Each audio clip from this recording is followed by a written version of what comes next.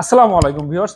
সবচেয়ে কম দামে সবচেয়ে বেশি মাইলেজ, এটা বলার কারণ হলো কি, এই স্কুটারটা কিন্তু সবচেয়ে রিজনেবল প্রাইসের মধ্যে পাবেন।